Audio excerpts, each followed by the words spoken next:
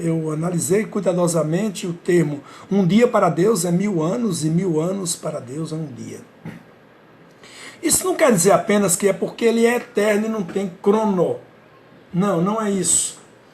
É porque realmente é como está escrito. Você tem que pegar a Bíblia e ler ela como ela está escrita, ou então você não vai entender. Essa é a forma de compreender a Bíblia, isso é o método alfa. É você ler e o que está escrito é o que é. Não é uma interpretação que alguém trouxe, não é uma conjectura que alguém trouxe, não. Não é o que a teologia diz, não, definitivamente, é o que está escrito. Deus não precisa de intérprete, ele é Deus.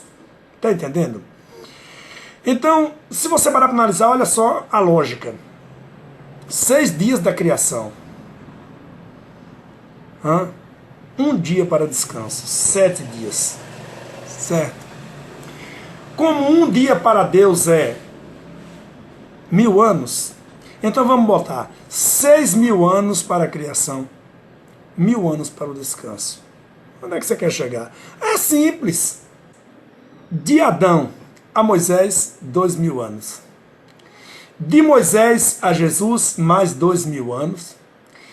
De Jesus ao término, mais 2000 anos. É a criação absoluta. É o 6 lá do Éden se repetindo. E aí agora falta o 1000, que seria o milênio, que vem após a volta, a segunda volta de Cristo. É simples, não é? É você pegar os 6.000 anos da criação e mais o dia do descanso, o 1000 anos de descanso lá do Éden, que são 6 dias da criação e mais um dia de descanso, que são 6.000 anos.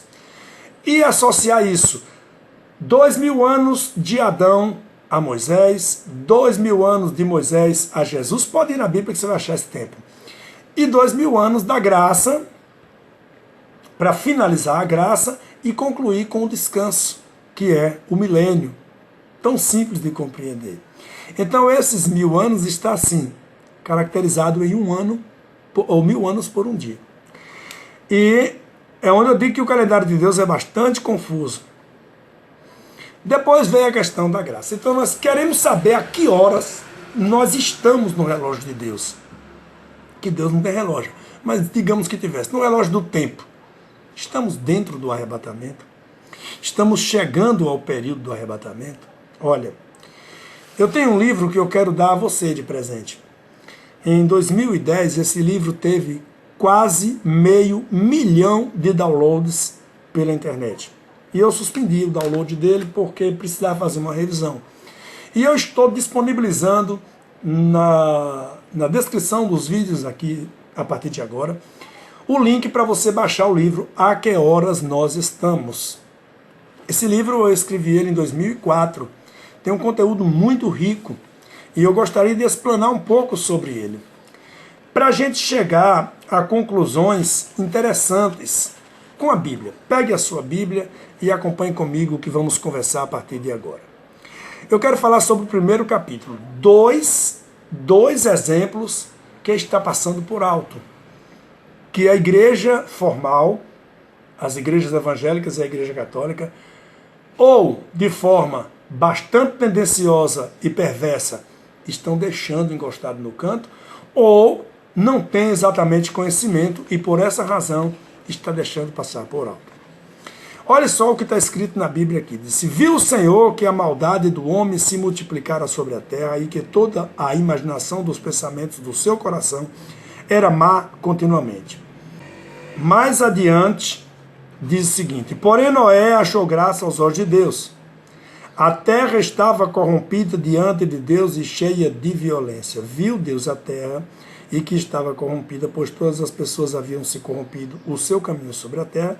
Então disse a Noé: o fim de todos os homens é chegado perante mim, pois a terra está cheia de violência dos homens. Destruí-lo-eis juntamente com a terra. Fará para ti uma arca de madeira de cipreste. E Noé fez conforme tudo que o Senhor lhe ordenara. É cipreste, acho que é assim o nome da árvore. Entrou Noé na arca e juntamente com ele seus filhos, Sem, Cão e Jafé, e a sua mulher, e as 3 mulheres de seus filhos. E passando 7 dias, grave isso, passando 7 dias depois que eles entraram na arca, vieram sobre a terra as águas do dilúvio. Então o Senhor, não foi Noé, então o Senhor fechou a porta por fora. Esteve o dilúvio por 40 dias sobre a terra, e cresceram as águas, e levantaram a arca, e ela se elevou acima da terra. Assim foram exterminados todos os seres que havia sobre a face da terra. Ficou somente Noé e os que com ele estavam na arca. Isso você vai ler lá no livro de Gênesis, capítulo 6, 5, capítulo 8, 11, 12, 13, 14, Gênesis 6, versículo 5, versículo 8, 11, 12, 13, 14. Gênesis 7, 5, 10, 13, 17 e 23. Agora vamos meditar em outra escritura para nós termos uma maior compreensão do assunto. Essa é a primeira. Esse é o primeiro sinal que passa por alto. E nós vamos começar de Gênesis capítulo 13, versículo 13, que diz: Ora, eram maus os moradores de Sodoma e grandes pecadores contra o Senhor. Agora Gênesis 18, versículo 20, 21, 23 e 32. Ocultarei eu a Abraão o que faço, disse o Senhor, pois o clamor de Sodoma e Gomorra tem se multiplicado tanto, e o seu pecado tem se agravado demais, que descerei e verei se de fato o que tem praticado corresponde a esse clamor que tem vindo até a mim. Então Abraão aproximou-se e disse: Destruirás também o justo junto com o ímpio? Disse mais Abraão ao Senhor: Não se ire o Senhor por mais esta vez. Falarei. Se ali tiverem 10 justos, respondeu o Senhor a Abraão, não os destruirei por causa dos 10. Ainda segundo esse raciocínio, vamos ler Gênesis 19, versículo 1, 12, 13, 16, 17, 24 e 25, que relata: À tarde chegaram 2 anjos do Senhor a Sodoma. Disseram aqueles homens a Ló: Tem mais alguém aqui? Tira-os fora deste lugar, porque nós vamos destruir esse lugar.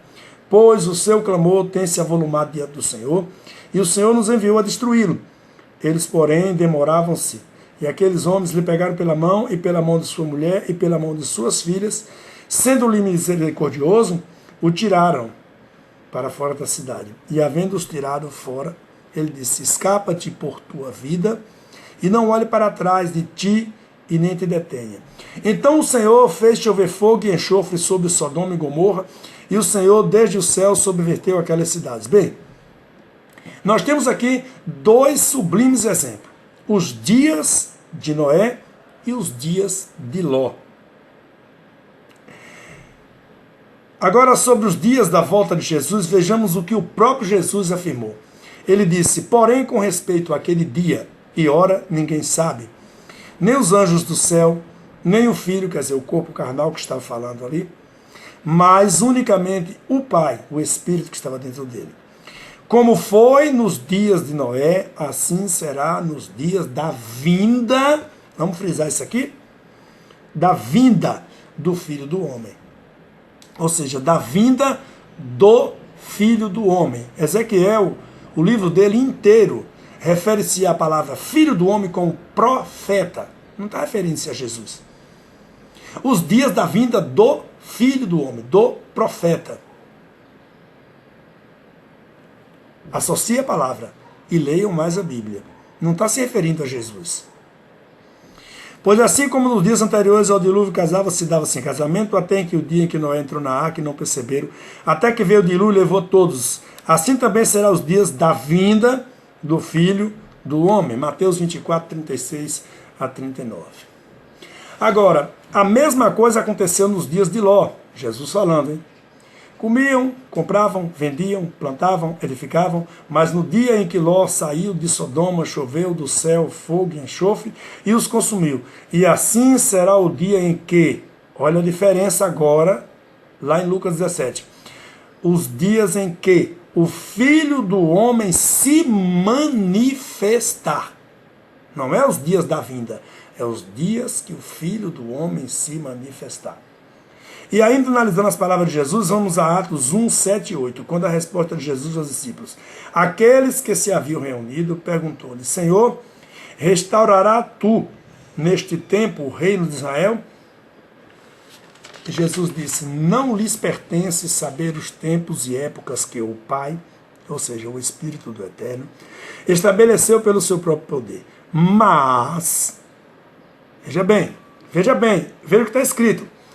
Não vos compete saber os tempos e épocas, mas, ele vai dar uma condição para você entender tempos e épocas, mas recebereis poder. Poder para quê? Para entender. Ele estava dizendo, não tem ainda esse direito, mas recebereis poder, poder para compreender. Quando descer sobre vós o Espírito Santo. Ou seja, desceu 40 dias depois e eles tiveram esse conhecimento e eles repassaram. E está em toda a Bíblia, só falta você ler.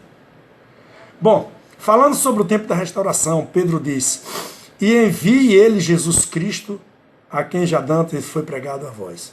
Convém que o céu o contenha, ou seja, convém que o céu deixe Jesus lá, o contenha, até os tempos da restauração de tudo, dos quais Deus falou pela boca de todos os seus santos, os profetas. Isso está em Atos capítulo 3, versículo 20 e versículo 21. Essa última escritura que lemos nos dá a clara revelação da penúltima de Atos capítulo 1, 7 e 8. Agora, para compreendermos melhor o que é a restauração de tudo, vamos voltar ao tempo e vamos voltar ao Evangelho de Mateus, capítulo 17. Os discípulos interrogaram a Jesus.